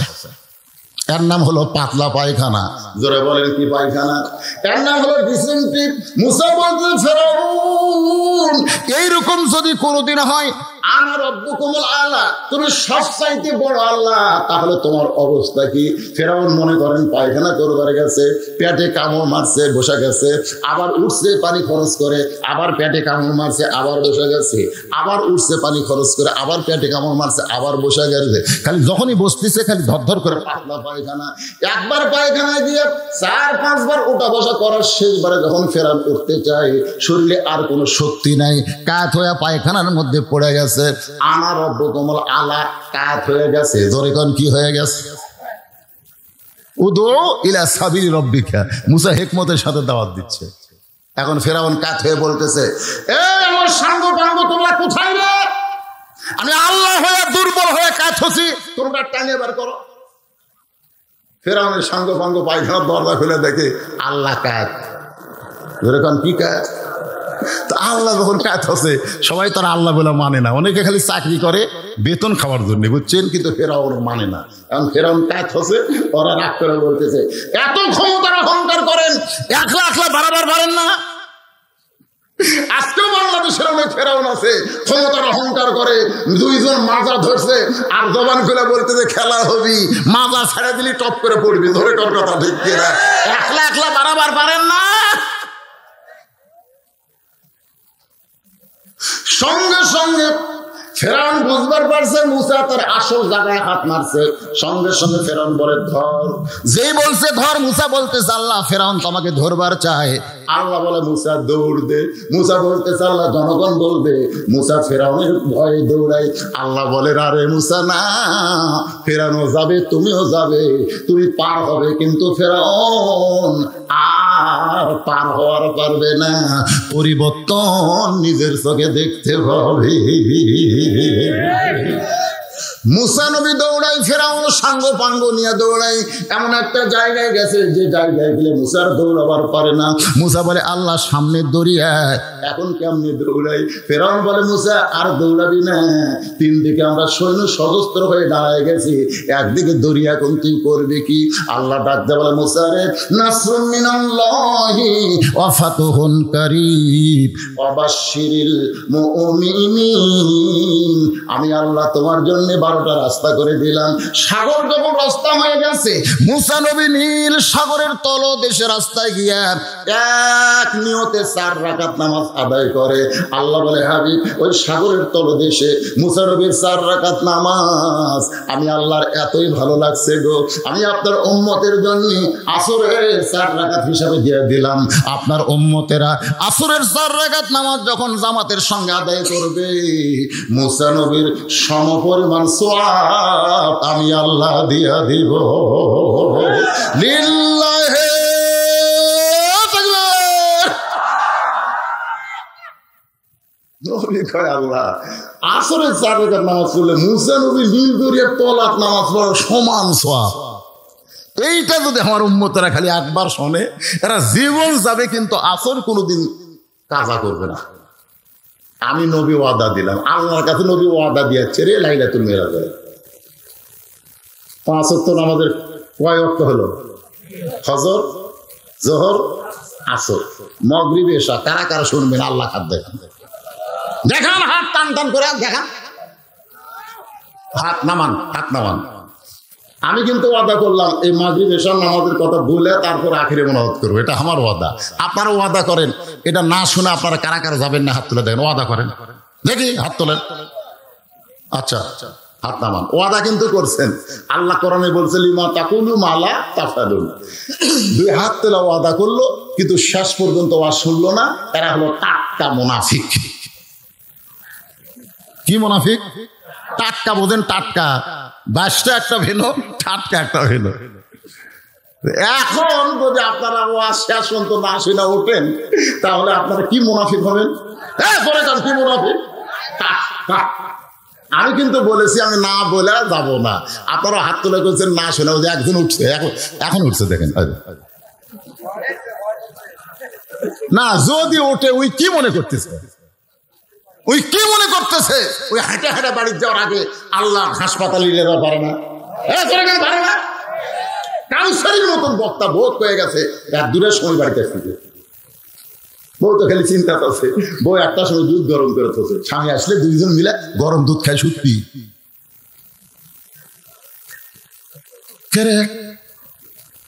সাতকার সাহাবী খবর দিল আপনার স্বামী 2টার মধ্যে যাওয়া পারতেছে না। বউ কয় 2টা না বাজে 2:30 বাজে 10 মিনিট দেখি। আর ভাবারই কয় কি আছে? না তোর হাসপাতালে মরছে। আর তুমি, আমি বলতেছি টাটকা মনে হয়, তারপরে তুমি মাজা তুলে হো করে চলে যাও। হ্যাঁ, এত বড় সাহস করতে হলো রে। এ কে গেল রে? গেছে না বাচ্চা? বাচ্চা, হ্যাঁ বাচ্চা। কি আর কি করতেছে মসজিদ? আমি মনে করছি হয়ে গেছে, পরে শুনতেছি না হুজুর এটা নিচের তলা, যে নামাজ পড়া যাবি না, এটা মাটি দিয়ে ভরাট করা লাগবে। তোকে কি করা? ও পরে আবার করা লেগেছে। হাই রে, এই ডবল খরচ এই মসজিদ করার জন্য। 27টা বাড়ি লিয়ে না খেয়ে গেলাম। অনেক দূর যে নামাজ পড়া লাগে, তার চেয়ে নদীর ওই পার বারবার যাওয়া আসা করা যায় না। অন্তত 5 ওয়াক্ত নামাজ আমরা এখানে আদায় করবো। গরিব মানুষ, হাউস বেশি, সাহস করতে বেশি, টাকা নেই, এই জন্যে আপনাদের দাওয়াত দিচ্ছে, আপনারা আসছেন। তো 10টা মিনিট যদি আল্লাহর ঘরের জন্য আপনাদের কিছু দেওয়া লাগে, দেব না তাই করবেন? কম দেবো না। আল্লাহকে আমার টাকাও পড়েনি, তোর টাকা ছাড়া মসজিদ হবে, কিন্তু তুই জান্নাতে যাওয়ার পারবি না। তোর টাকা ছাড়া মসজিদ হবে। আমার মসজিদ ধরেছে পৃথিবীতে মসজিদ হয়নি এমন নজির দেখা যায়নি। ধরে কোন কথা ঠিক কিনা? মসজিদ হবে, আপনার না দিলে অন্য কারো টাকা দেওয়া হবে। কিন্তু আমরা কেন অন্য কারো টাকা নেব? যারা এখানে বসে আছেন আপনারাই দিবেন, আপনারাই দিবেন। কে ভাই আপনারা কিভাবে নেবেন? নগদ নেবেন না বাকি দিবেন? আপনি দিছেন, তা আমার হাতত কিছুই দেওয়ার নাই। মাশাআল্লাহ সুবহানাল্লাহ। আমি কিন্তু ওয়াজ শুরু করেই টাকা চাইনি, আপনার ঘরের দিকে টাকা দেখেন, একেবারে 2.25 ঘন্টা ওয়াজ করার পরে টাকা চাইছি।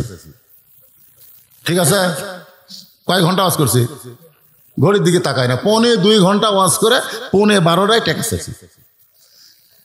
কে আছেন ভাই 1 বস্তা সিমেন্ট 2 বস্তা সিমেন্টের টাকা দিবেন রে এতগুলো মানুষের মধ্যে? দেখেন, একটু বিবেচনা করেন, এই টাকাটা আপনার নামে আল্লাহ জান্নাতের ব্যাংকে অ্যাকাউন্ট করবে। দুনিয়ার ব্যাংকে টাকা থেকে লাভ নাই, যে কোনো সময় ব্যাংক মার যাচ্ছে। ধরে কোন কথা ঠিক নেই, কিছু ধরে সময় গেল ইসলামী ব্যাংকে 2000 কোটি টাকা লাভ, ইসলামী ব্যাংক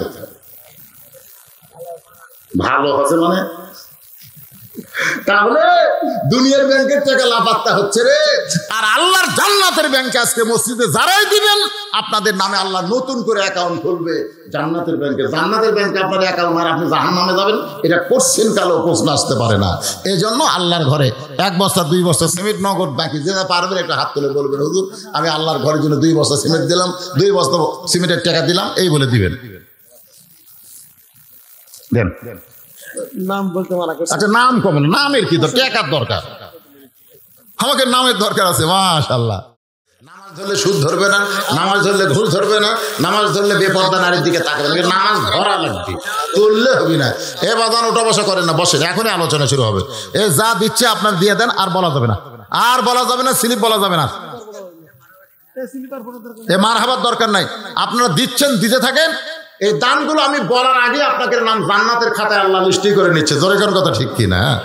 হ্যাঁ, এগুলো লেখে আর লাগবে না। এই 1 গাদি দিছে, 1 গাদি, ইনশাআল্লাহ মসজিদ হয়ে যাবে। কিবা হবে না মেয়ে মানুষের থেকে? মাশাআল্লাহ, এই মেয়ে মানুষের গুলো বলা লাগবে রে। এই দেন তো দেন, মেয়ে মানুষের এরকে। আচ্ছা ঠিক করছে। এ মায়েরা আপনারা দান করছেন, পাওয়া গেছে, মা নাম বলার দরকার নাই। খাদিজার সঙ্গে আল্লাহ আপনাকে জান্নাত দিয়ে দিক। ধরে আমি আমিন আপনারা জোরে কম। মাশাআল্লাহ, দোয়া আছে মা, ওরা কিন্তু আবার এগুলো খুশি হয়। হ্যাঁ বসেন, সকলে বসেন। এখনই মাগরিব আর ইশার আলোচনা হবে। লা ইলাহা ইল্লাল্লাহ, লা ইলাহা ইল্লাল্লাহ, লা ইলাহা ইল্লাল্লাহ মুহাম্মাদুর রাসূলুল্লাহ। ইয়াকুব নবী বাস করিতেন কেনানে, সবার চাইতে ভালোবাসতেন ইউসুফকে। আপনারা সকলেই ঘটনা জানেন, ইউসুফকে 10 ভাই কূপের মধ্যে ফেলে দিয়েছিল, সেখান থেকে ইউসুফ নবীকে বিক্রি করা হলো। জুলাইখা লালন পালন করে এক সময় লালসা পূরণ করার জন্য অন্যায় কাজ করতে চাইলো। ইউসুফ যখন রাজি হলো না, ইউসুফকে জেলখানায় বন্দি করা হলো। বিনা দোষে দোষী করে ইউসুফ নবী জেলখানায় বন্দি হলো। সেখান থেকে আল্লাহ তাকে মুক্ত করে এক সময় মিশরের প্রেসিডেন্ট বানিয়ে দিল। যে 10টা ভাই তাকে কুয়ার মধ্যে ফেলে দিয়েছিল, 10টা ভাই তার কাছে খাবার জন্য সাহায্য প্রার্থনা করলো। ইউসুফ নবী তার ধৈর্য ধারণ করে তাদের মাফ করে দিল। বাবা ইয়াকুবের সঙ্গে যখন দেখা হয়, ইয়াকুব নবী 2 কানা হাত বাড়ায় দিছে ইউসুফকে বুকের মধ্যে নেওয়ার জন্য। আল্লাহ বলে, ইন্নামা আমওয়ালুকুম আওলাদুকুম ফিতনা। এত বছর পরে আমি আল্লাহ ইউসুফকে তোমার বুকে দিচ্ছি, অথচ আমার শুকরিয়া তুমি কি করেছো? সঙ্গে সঙ্গে এক নিয়তে ইয়াকুব নবী 3 রাকাত নামাজ আদায় করে, 2 রাকাত ইয়াকুব, 1 রাকাত ইউসুফ। আল্লাহ বলেন, হাবিব ওই 3 রাকাত নামাজ আমার এতই ভালো লাগছে, আপনার উম্মতের জন্য মাগরিবে 3 রাকাত ফরজ হিসাবে দিয়ে দিলাম। আপনার উম্মতেরা মাগরিবে 3 রাকাত নামাজ জামাতের সঙ্গে যখন আদায় করবে, ইয়াকুব ইউসুফ নবীর সমপরিমাণ সওয়াব আমি আল্লাহ দিয়ে দিব। আমাদের নবী দুনিয়াতে আসার আগে 500 বছর আগে একজন নবীকে আল্লাহ দুনিয়া থেকে 4র্থ আসমানে নিয়ে গেছে। সেই নবীর নাম হলো ঈসা নবী। জোরে বলেন নাম কি? ঈসা নবীকে আল্লাহ যখন দুনিয়া থেকে আসমানে নিয়ে যায়, ঈসা নবী আল্লাহকে বললেন, আল্লাহ দুনিয়াতে মানুষ মরার জন্য যায়, কিন্তু আমার তো মৃত্যু হলো না। এখান থেকে একটা শিক্ষা আমাদের গ্রহণ করতে হবে, দুনিয়াতে মানুষ থাকার জন্য আসে না মরার জন্য আসে? এ ভাই সবাই বলেন, আপনারা কি থাকার জন্য না মরার জন্য? একে সত্যি কথা, মরা লাগবে, মরা লাগবে, কিন্তু যেভাবেই হোক আমাদের মৃত্যু হবে। এমনকি যে আজরাইল আমাদের জান কবজ করে, সে আজরাইলকেও মরতে হবে। কুল্লু নাফসিন যায়কাতুল মাউত, তার মধ্যে আজরাইল আছে না নাই? আল্লাহ যখন বলে আজরাইল খোঁজ করে দেখো তো আর কেউ আছে, আজরাইল কয় আল্লাহ সব খুঁজে দেখছি কেউ নাই।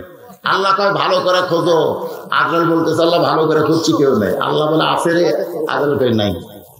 আল্লাহ কয় তাহলে তুমি? আজরাইল করছে আল্লাহ আমার কথা তো আমার মনেই নাই। আল্লাহ কয় এখন জান তোমার কবজ করো। আল্লাহ কয় আমার জান আমি কিভাবে কবজ করবো? জনগণের জান, পশু পক্ষীর জান তুমি যেভাবে কবজ করছো তোমারটাও সেভাবে কবজ করো। আজরাইল বলবে আল্লাহ আগে যদি জানতাম আমার জান আমাকে কবজ করা লাগবে তাহলে এই দায়িত্ব আমি নিতাম না। আল্লাহ কান্দা কান্দা তোমার কাছে ফেরত চাইতাম। একটু মনোযোগ দিয়ে শোনেন। কুল্লু মান আলাইহা ফানিউ ওয়া ইয়াবকা ওয়াজহু রাব্বিকা যুল জালালি ওয়াল ইকরাম। শুধু আল্লাহ ছাড়া বাদ বাকি সবাই ফানা হবে, সবাইকে মৃত্যুবরণ করা লাগবে। আল্লাহ কয় ঈসা তোমারও মৃত্যু হবে। ঈসা বলতেছে আল্লাহ আমার মৃত্যু কি চতুর্থ আসমানে হবে? আল্লাহ কয় ঈসারে আবার তোমাকে দুনিয়াতে প্রেরণ করা হবে। ঈসা বলতেছে আল্লাহ কবে আবার নবী করে প্রেরণ করবেন? আল্লাহ কই নবী করে নয়, বিশ্ব নবীর উম্মত করে তোমাকে প্রেরণ করা হবে। যেই বলেছে বিশ্ব নবীর উম্মত করে প্রেরণ করা হবে, সঙ্গে সঙ্গে ঈসা নবী খুশি হইয়া 4 রাকাত নামাজ পড়ে বলে মাবুদ নবী করে আমার দুনিয়াতে প্রেরণ করেছেন, আমি তেমন খুশি হইনি আল্লাহ, কিন্তু শেষ নবীর উম্মত করে আমারে প্রেরণ করবেন, তার শুকরিয়া তাই 4 রাকাত নামাজ আদায় করলাম। ঈসা নবী আমাদের নবীর উম্মত হওয়াতে যদি খুশি হয়, আপনারা বলেন তো আমরা খুশি না বেজার? তাহলে সকলে বলেন নবী না হয়ে দুনিয়ার না হয়ে ফেরেশতা আল্লাহর হয়েছি উম্মত আপনার, তার তরে শুকর কোটিবার। ঈসার রাকাত নামাজ আদায় করলে আল্লাহ বলে হাবিব চতুর্থ আসমানে ঈসা নবীর 4 রাকাত নামাজ আমি আল্লাহর এতই ভালো লাগছে, আপনার উম্মতের জন্য এশার 4 রাকাত ফরজ হিসেবে দিয়ে দিলাম। আপনার উম্মতেরা এশার 4 রাকাত ফরজ নামাজ যখন মসজিদে জামাতের সঙ্গে আদায় করবে, ঈসা নবীর সমপরিমাণ সওয়াব আমি তার আমল নামায় দিয়ে দিব। আজকের এই নামাজের ওয়াজ শোনার পরে কোন নামাজ বাদ দেওয়া যায়? আপনারা কোন কোনটা বাদ দেওয়া যায়? মাশাআল্লাহ। তাহলে 5 ওয়াক্ত নামাজ যদি আমরা শুরু করে দেই, আল্লাহ ওয়াদা করেছেন ইন্নাস সালাতা তানহা আনিল ফাহশাই ওয়াল মুনকার, একমাত্র নামাজই পড়ে যুবকদের ভালো করতে। ধরে কথা ঠিক কিনা? সমস্ত খারাপি থেকে আজকে আর্জেন্টিনার পতাকা আমরা টাঙ্গাইছি, ব্রাজিলের পতাকা টাঙ্গাইছি, লজ্জা করার কথা ভাই। যেই টাকা আমরা পতাকার পিছনে খাটাইছি, সেই টাকায় এই শীতের মধ্যে কত গরিব দেখবেন রাস্তাঘাটে ঘুম পাড়তেছে, তাদের একটা শীতের পোশাক নাই। ধরে কোন ঠিক কিনা? যে টাকাতে পতাকা কিনেছি ওই টাকা যদি ওদেরকে দান করে দিতাম আমরা জান্নাত পেতাম। আর পতাকা যারা টাঙ্গাইছি মান তাশাব্বা বিকওমিন ফাহুয়া মিনহুম, রাসূল বলেছেন যে জাতিকে যে মহব্বত করবে, যে জাতির অনুসরণ করবে, যেই জাতির পতাকা টাঙ্গাবে, যেই জাতির জার্সি দাওয়াত দিবে, ওই জাতির সাথেই তার হাসন নাসর হবে। মেসি কি খ্রিস্টান নাস্তিক, তার নেইমার কি ওরকে দাঁড়িয়ে দাঁড়াতে হইলে ভাগালে এই চোখেরা পতাকা ছিল। আমার এলাকার এক লোক এই সৌদি আরবের কাছে আর্জেন্টিনার যেদিন ঠকলো ভাই, ওই পতাকাও পুড়িছে জার্সিও পুড়ছে। এগুলো পুড়িসকে মন বড় খারাপ হুজুর, আর্জেন্টিনা ঠকছে। পাগলা তোর মন খুশি হওয়ার কথা, কার কাছে ঠকছে জানিস? কার কাছে ঠকছে রে? খ্রিস্টান ঠকছে মুসলমানের কাছে। আর গোটা পৃথিবীর মধ্যে সবচেয়ে নাম্বার 1 মুসলমান হলো সৌদি আরব। ধরে কোন কথা ঠিক কিনা? যাদের পতাকা হলো লা ইলাহা ইল্লাল্লাহ মুহাম্মাদুর রাসূলুল্লাহ, সে লা ইলাহা ইল্লাল্লাহ মুহাম্মদ রাসূলুল্লাহর কাছে ওই নাস্তিকদের পতাকা ঠকিছে। তুই সেই কান্দিস করে বুঝি না সৌদি আরব কি আর্জেন্টিনা কি বুঝি না। এই যুবক আমাদের বোঝার দরকার আছে না নাই ভাইজান? সবাইকে আল্লাহ সহি বুঝ দান করুক, 5 ওয়াক্ত নামাজি কবুল করুক, মা বোনদের পর্দার মধ্যে আল্লাহ কবুল করুক। সকলে বলে আল্লাহুম্মা আমিন। এই দুটা বলে দিয়ে মোনাজাত হচ্ছে। আল্লাহ তোমার একজন বান্দা আলহাজ নাসির উদ্দিন 10,000 টাকা দান করেছে, আল্লাহ তার দানকে কবুল করেন। দুলু বেগম বেগম দুলু বেগম, এটা কেমন? দুলু বেগম, দুলু আমাকে মরদ মাইছে নাম। দোলে না হবে, দোলে না বেগম, হ্যাঁ দোলে না বেগম হবে। 2 মণ ধান দান করছে, মেয়ে মানুষ ধান দান করতেছে, রক্তর ভালো আলহামদুলিল্লাহ। মরদ মানুষ না দিলে কি করবে, মেয়েরাই দেবে। আস্তাগফিরুল্লাহ পড়েন, আস্তাগফিরুল্লাহ রাব্বি মিন কুল্লি জামবি ওয়া তুবু ইলাই। মোনাজাত করে দেব। মোনাজাতের আগে একটু লাইন হয়ে বসতে পারেন। কি আছে? তাবারক আছে, মাশাআল্লাহ, তাবারকেরও ব্যবস্থা আছে রে। হ্যাঁ একটু লাইন হয়ে বসেন তো আল্লাহর রাস্তায়, বসেন বসেন। তাবারকলে ঢুকতে পারে, আপনি একটু সাইড হন, তাবারকলে ঢুকতে পারে না, একটু পরিবেশ করেন। এরা আওয়াজ করে পড়ে, আর জহর আসর আওয়াজ করে পড়ে না কেন? কি করে লেখছে? মসজিদের ইমাম সাহেব ফজর মাগরিব এশা এর সময় কেরাত আওয়াজ করে পড়ে এবং জোহর আসর আওয়াজ করে পড়ে না কেন? আল্লাহ কোন? এটা আল্লাহর হুকুম। মা তাকুমুর রাসূলু ফাখুযুহু ওয়া মা নাহাকুম আনহু ফান্তাহু। আমাদের নবী আমাদের যেটা শিক্ষা দিয়েছেন আমরা সেই শিক্ষার মধ্যে চলবো। তোরা এটা ঠিক কি না? আসর জোহরে নবী আসতে বলেছে, মাগরিব ফজর এশায় জোরে পড়েছে, এই নবীর অনুসারে আমরা অনুসরণ করতেছি। এখানে কোনো প্রশ্ন চলবে? মায়ের কাছে কোনদিন প্রশ্ন করছেন, মা আমি তাকে আব্বা ডাকি, কেমনে আব্বা হলো? কেমনে আব্বা হলো? মা যদি কয় তোর মন চায় আব্বা ডাক, না হয় ডাকিস না, কেমনে হলো আমি বলবার পারবো না। ইসলামের কিছু প্রশ্ন আছে যেগুলো প্রশ্ন করা যায় না। একজন আমাকে বলছে যে হুজুর সূরা ফাতিহা হলো কোরআনের মা, তো কোরআনের বাপ কোন সূরা? আমি বললাম কে রে পাগলা, নবীর কথা মতো সূরা ফাতিহা কোরআনের মা পাইছি, বাপ তো পাইনি। তুই যখন বাপ শুনবার চাস তাহলে শোন, ঈসা নবী বাপ ছাড়াই জন্ম হয়েছে। ঈসা যদি বাপ ছাড়া জন্ম হয়, কোরআনও বাপ ছাড়া মায়ের মধ্যে তো হতে পারে। ধরে কোন কথা ঠিক কি না? তো যাই হোক, এগুলো আমাদের প্রশ্ন করা ঠিক না। ভাই লাইন হয়ে বলছেন আপনারা? যারা তবরক দিবেন তারা কি রেডি? তবরকালা রেডি হয়েছেন? মোনাজাতের মধ্যে দিবেন না পরে দিবেন? মোনাজাতের ভিতরে দিবেন। তাহলে তারা রেডি হবে না, হইচই করবেন না। আপনারাও হাত না তুললে আমিন আমিন করে যে তাবারক দিচ্ছেন, আমিন আমিন করে তাবারক দিবেন। আল্লাহুম্মা আমিন, আল্লাহুম্মা আনতাস সালাম ওয়া মিনকাস সালাম, তাবারাকতা ইয়া যাল জালালি ওয়াল ইকরাম। আয় আল্লাহ, অসুস্থ শরীর নিয়ে সেই মাগরিবের নামাজের পর থেকে রাত 12:30 বাজতেছে, আল্লাহ দীর্ঘ সময় পর্যন্ত তোমার পাগল বান্দা বান্দিরা আরামের বাড়ি আরামের ঘুমকে বাদ দিয়া কোরআন হাদিসের মহব্বত কলিজার মধ্যে নিয়া এই জান্নাতের বাগানে বসে বসে আলোচনা শোনার শেষে আমি গুনাহগারের সঙ্গে রহমতের দরজায় ফকির হয়ে দোকানা হাত তুলেছে। মেহেরবানি করে আজকের মাহফিল আমাদের সকলের হেদায়েতের জন্যে, নাজাতের জন্যে, জান্নাতের জন্যে কবুল করো।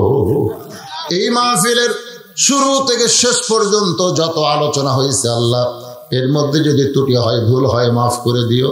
এর জাহাদিয়া মঞ্জুর করো। সোনার মদিনায় নবী পাকের রওজা মুবারকে আল্লাহ কবুল করো। মদিনা কত সুন্দর নাম, মদিনা যে মানুষটা কত সুন্দর। ইমানের হালে যদি চাঁদ ভরা মুখকে একবার দেখতে পায়, তার জন্য আল্লাহ জাহান্নামের আগুন হারাম করে দেয়। কত স্বপ্ন দেখেছি জীবনে,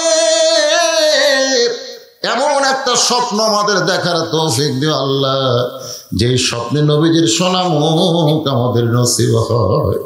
তামাম আম্বিয়ায়ে কেরাম, আসহাবে কেরাম, তাবিঈনে কেরাম, উম্মাহাতুল মুমিনিন, জান্নাতুল বাকি, জান্নাতুল মাওয়া, পৃথিবীর যত গোরস্থানে যত মুর্দা শুয়ে আছে আল্লাহ সকলের আরওয়াহ ফরেহা দিয়া কবুল করো। ও মাবুদ, এই কান্দিপাড়া গোরস্থানে যত মুর্দা শুয়ে আছে আল্লাহ সকলের কবরকে জান্নাতের টুকরা বানিয়ে দাও। আমরা যারা হাত তুলেছি, আমাদের জনম দুঃখনী মা যাদের কবরে চলে গেছে, ছোট্ট একটা শব্দ হলো মা, এই দরদের মা যাদের কবরে গেছে আল্লাহ মেহেরবানি করে মায়ের কবরকে জান্নাতের টুকরা বানিয়ে দাও। বাবার বাড়িঘর সবই আছে, আমি সহ আমরা যারা বাবা হারাইতিম হয়ে গেছি আল্লাহ মেহেরবানি করে বাবার কবর জান্নাতের টুকরা বানাও। আমাদের দাদা দাদি, নানা নানি, শ্বশুর শাশুড়ি, আত্মীয় স্বজন যাদের কবরে চলে গেছে আল্লাহ কবরবাসীদের মাফ করে দাও। মাবুদ, আজকের মাহফিলকে আল্লাহ তুমি কবুল করো। আজকের মাহফিলের সম্মানিত সভাপতিকে আল্লাহ তুমি কবুল করো, সহসভাপতি কবুল করো, মসজিদের ইমামকে কবুল করো, খতিবকে কবুল করো, আজকের মাহফিলের প্রধান অতিথি পলক এমপিকে আল্লাহ তুমি কবুল করো, আজকের মাহফিলের বিশেষ অতিথি ইউনিয়ন পরিষদের চেয়ারম্যান রুবেলকে আল্লাহ তুমি কবুল করো। আয় আল্লাহ তাআলা শুধু জন অতিথি বৃন্দ যারা মসজিদের জন্য টাকা পয়সা দান করলো, সিমের দান করলো, নগদ নাকি, আল্লাহ সকলকে তুমি কবুল করো। আল্লাহ এই কান্দিপাড়া উত্তর পাড়ের উপরে ছোট্ট একটা পাড়া 27 ঘর নিয়ে বসবাস করে, আল্লাহ কষ্ট করে মেহনত করে মসজিদ শুরু করে দিয়েছে, আজকের মাহফিল আয়োজন করেছে। আল্লাহ গোটা পাড়াটার উপরে আল্লাহ তুমি রহমত বরকতের দরজা খুলে দাও। আল্লাহ মেহেরবানি করে আমার বাপজি হযরত আলী, আল্লাহ গত বছর আসতে পারি নাই, মনটা ভেঙে গেছিল, স্টেজের উপরে বসে বসে কেঁদেছে, ও মাবুদ অসুস্থ শরীর নিয়ে এবার আমি এসেছি, আল্লাহ গো গোটা পাড়ার উপরে রহমত বরকতের দরজা খুলে দাও। আল্লাহ আমার মা বোনেরা পর্দার অন্তরালে বসে বসে ওয়াজ শুনেছে, ও মা আপনাদের বিরুদ্ধে কোনো কথা বলিনি মা, পর্দার পক্ষে কথা বলতে গিয়া মনে কষ্ট নিয়েন না, মায়েদের জন্য দোয়া করে আল্লাহ মা ফাতেমার চরিত্র দান করে দাও। অসুস্থ আমি সহ যারা হাত তুলেছে আল্লাহ সবাইকে পরিপূর্ণ সুস্থ করে দাও। গোটা বাংলাদেশের উপরে রহমত বরকতের দরজা খুলে দাও, দুর্ভিক্ষ দিও না আল্লাহ, গোটা বাংলাদেশের উপরে রহমত বরকতের দরজা খুলে দাও। আল্লাহ 5 ওয়াক্ত নামাজের ওয়াজ করলাম, আমাদের 5 ওয়াক্ত নামাজের পাবন্দি কবুল করে নাও। মসজিদ কমিটির সভাপতি, সেক্রেটারি, কেশিয়ার সদস্য, ইমাম, মুয়াজ্জিন, মুসল্লি, আল্লাহ সকলকে তুমি কবুল করো। আল্লাহ কত মানুষের জানাজার নামাজ পড়েছি ভাই, এই 2 হাত দিয়ে আমরা কত কবরে মাটি দিয়েছি, একদিন আমরা সবাই মরে যাব। যেদিন আমরা মরে যাব দিনটা যেন জুমার দিন হয়, মাসটা যেন রমজান মাস হয়, ইমানের সাথে ইজ্জতের সাথে দুনিয়া থেকে বিদায় নেওয়ার কালে আমাদের জবানে জারি করে দিও লা ইলাহা ইল্লাল্লাহু মুহাম্মাদুর রাসূলুল্লাহ।